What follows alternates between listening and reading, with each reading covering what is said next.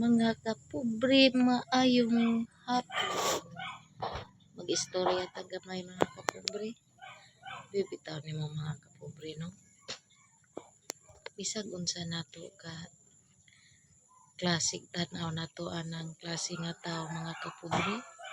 Kinahanglan gid mga kapobre nga nagid tay respeto mga kapobre. Dayon kabalo pud ta og asa ta mo lugar mga kapobre ba. Ay kana bitaw